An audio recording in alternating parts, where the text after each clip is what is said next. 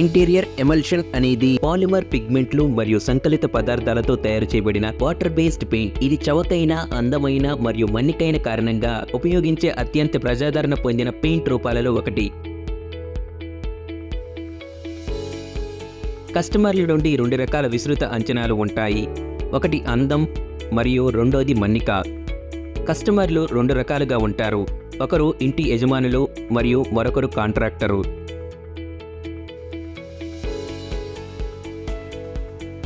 ఇది finish radiant Shein, scratch resistant, strain resistance లేదా better coverage రెండూ కావచ్చు.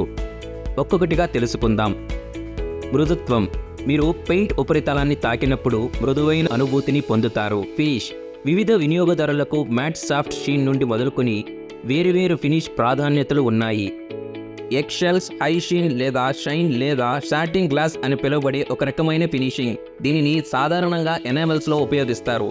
Variety shades. సాంప్రదాయకంగా చాలా తక్కువ షేడ్స్ మాత్రమే అందుబాటులో ఉంటాయి, కానీ టింటింగ్ మెషిన్ ప్రారంభంతో వేలాది షేడ్స్ లభ్యమవుతున్నాయి.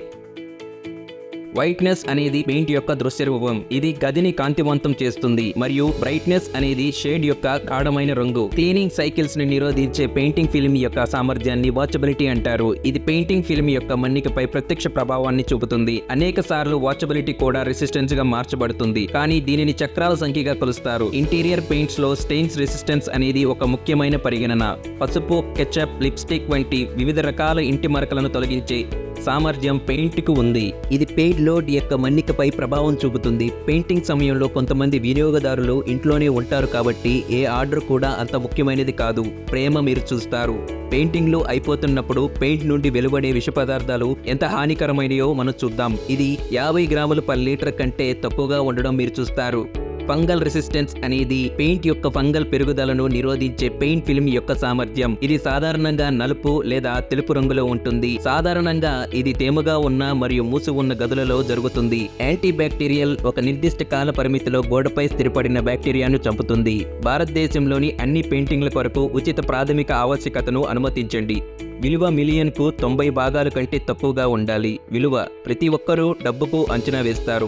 ప్రతి కస్టమర్ తన బడ్జెట్ను కలిగి ఉంటాడు మరియు వారి బడ్జెట్లో అంచనాలను తీర్చే పరిష్కారాన్ని కోరుకుంటాడు. విలువ అనేది తరచుగా కవరేజ్ యొక్క విధి. ఇది పెయింట్ యొక్క మైలేజ్ వంటిది. ఇది 1 లీటర్ పెయింట్తో చదరపు అడుగుల ప్రాంతాన్ని కవర్ చేయవచ్చు. ఎమల్షన్ 2 కోట్స్లో వేయబడతాయి కాబట్టి కవరేజ్ని 2 కోట్స్ కవరేజ్గా పేర్కొంటారు. 1 లీటర్ పెయింట్తో కవర్ చేసిన చదరపు అడుగుకు మరియు 2 కోట్స్ వేయబడతాయి.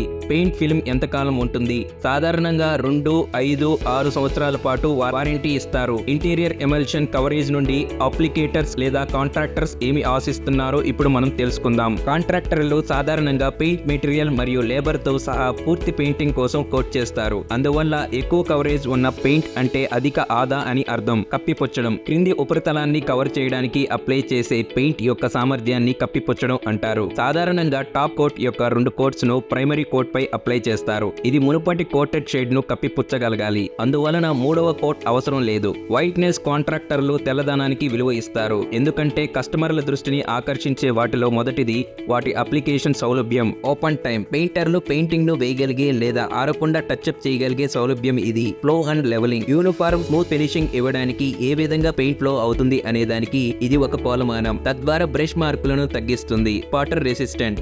పెయింట్ చుక్కలు వారి భుజం నుండి పడకుండా నిరోధించే పెయింట్ యొక్క సామర్థ్యం.